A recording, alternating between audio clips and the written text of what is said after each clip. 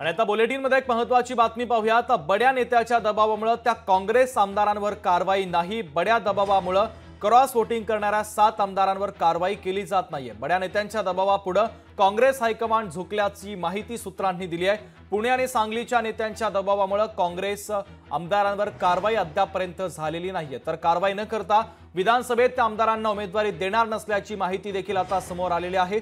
काँग्रेसच्या गोटातील सगळ्यात महत्त्वाची आणि मोठी बातमी, बड्या नेत्याच्या दबावामुळे त्या काँग्रेसच्या आमदारांवर अद्यापपर्यंत कारवाई झालेली नसल्याची माहिती सूत्रांनी दिली आहे। बड्या नेत्याच्या दबावामुळे क्रॉस वोटिंग करणाऱ्या 7 आमदारांवर अद्यापपर्यंत कारवाई झाली नाही। बड्या नेत्यांच्या दबावापुढे काँग्रेस हायकमांड झुकल्याची माहिती सूत्रांनी दिलेली आहे। तर पुणे आणि सांगलीच्या नेत्यांच्या दबावामुळे काँग्रेस आमदारांवर कारवाई नाही।